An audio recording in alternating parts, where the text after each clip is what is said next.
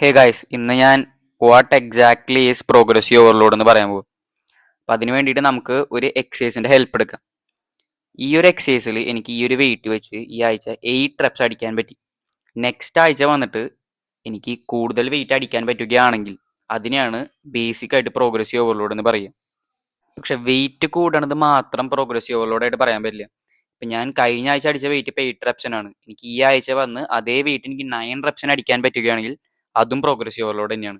അല്ലെങ്കിൽ കഴിഞ്ഞ ആഴ്ച എനിക്ക് ഒരു സെറ്റ് അടിക്കാൻ പറ്റുള്ളൂ 8 റെപ്സ് വെച്ചിട്ട്, ഈ ആഴ്ച വന്നപ്പോൾ എനിക്ക് 2 സെറ്റ് അടിക്കാൻ പറ്റി 8 റെപ്സ് വെച്ചിട്ട്. ആ ഒരു സിറ്റുവേഷനെയും നമുക്ക് പ്രോഗ്രസീവ് ഓവർലോഡ് തന്നെയായിട്ട് പറയാം. പക്ഷേ എല്ലാ ആഴ്ചയും നിങ്ങൾക്ക് ഇങ്ങനെ പ്രോഗ്രസ് ചെയ്ത് പോകാൻ പറ്റുമെന്ന് ചോദിച്ചു കഴിഞ്ഞാൽ അത് ഇമ്പോസിബിൾ ആണ്.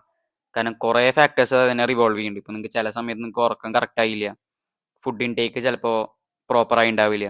ഈ പല കാരണം കൊണ്ടും നിങ്ങൾക്ക് ചിലപ്പോൾ വെയിറ്റ് പുഷ് ചെയ്യാൻ പറ്റില്ല ഒരാഴ്ച. ചിലപ്പോൾ നിങ്ങൾ കഴിഞ്ഞ ആഴ്ച നല്ല വെയിറ്റ് അടിച്ചോ, ഈ ആഴ്ച പറ്റുണ്ടാവില്ല നിങ്ങൾക്ക് വെയിറ്റ് അടിക്കാൻ. കുറേ ഫാക്ടേഴ്സ് ഉണ്ട്. അപ്പം അതിൽ ഡീമോട്ടിവേറ്റ് ആവാണ്ടിരിക്കുക.